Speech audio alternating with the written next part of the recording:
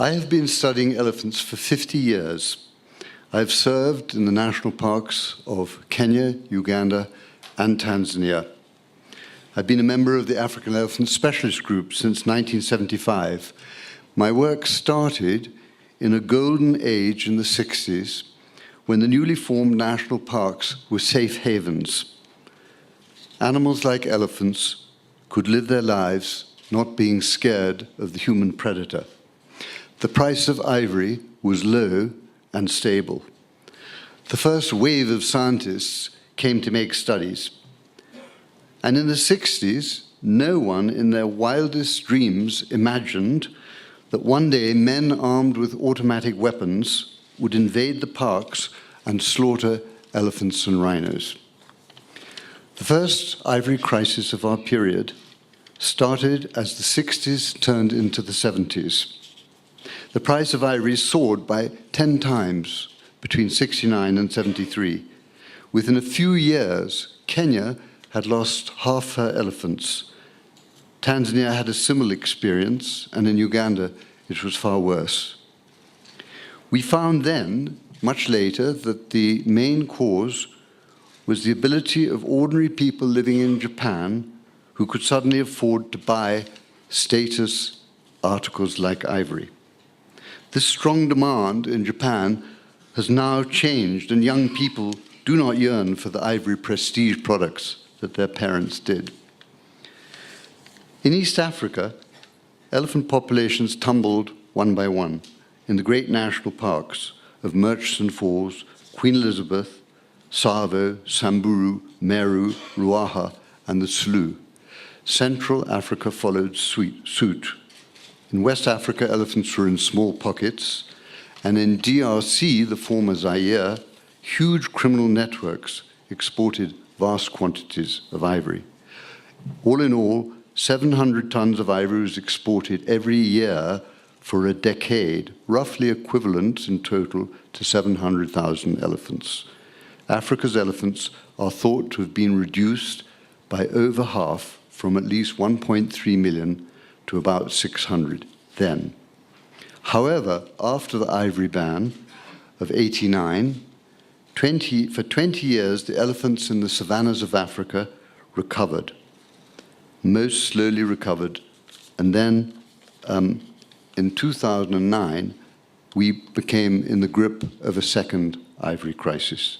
Fueled by an economic boom in China and Southeast Asia, high ivory prices attracted the attention of organized crime networks. The best current estimate of how many elephants are left is currently being written up for the CITES conference by the African Elephant Specialist Group with enormous help of the inspired Great Elephant Count of Vulcan, sponsored by the billionaire Paul Allen. Many formerly safe populations have declined in this recent crisis. The Slough, Nyassa and Mozambique both lost over half their population. Forest elephants in Central Africa lost 2/3 in over 1 decade. Our own estimate was that 100,000 elephants were killed in the years 2010 to 2012. This was a combined group of Kenyan and international scientists that made a scientific paper. Given these experiences of the past, what might we see in the future?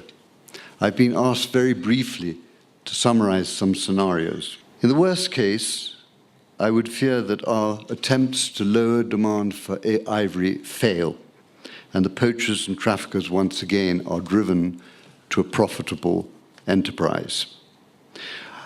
It is a fear that high-level corruption can undermine Africa's law enforcement, impoverishing both people and her natural wealth.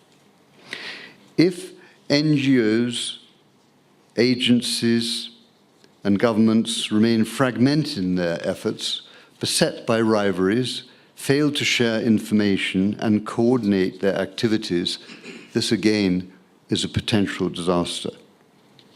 Finally, we could see the virtual extinction of those habituated and enchanting elephants that live in our national parks. If you persecute elephants, they become very wild.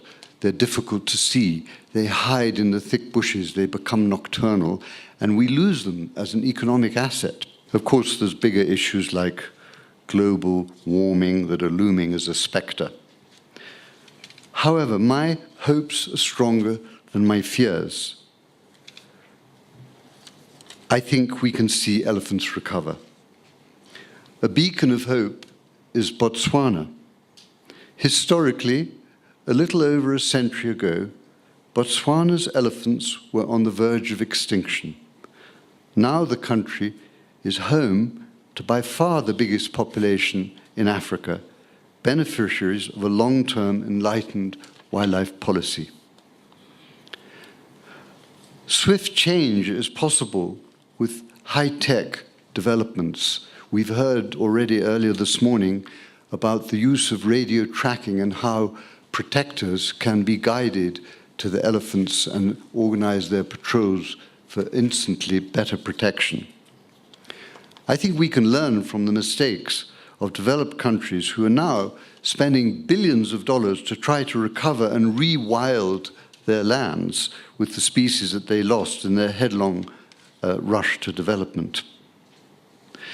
Now we need a coalition of concerned citizens, scientists who speak out, actors and activists, NGOs, politicians and governments themselves to take united international action to lower the demand for ivory and to rehabilitate elephants in the wild. We can hope that the price of ivory in China will continue to fall and that the inspiring pledge of the presidents of both the US and China to end virtually all ivory commerce is implemented as soon as possible. Finally, we need coordination. If the world is to tackle big problems at the level of leadership, whether it's terrorism or global warming or saving elephants, there needs to be better coordination. And I think that this meeting represents that chance. A lot of people here who can further that. I would like to salute the African leadership in this collaboration and the growing number of countries uniting through the Elephant Protection Initiative, whose presidents are here today. The action of the Kenya government to inventory, analyze, and then destroy their historic ivory stockpile to put it beyond economic use is both a symbolic beacon of hope and a practical measure to exorcise the scourge of poaching. It has taken a crisis to get us to better collaboration, and the successes are still very fragile. But today's meeting will be a step in the right direction. Thank you.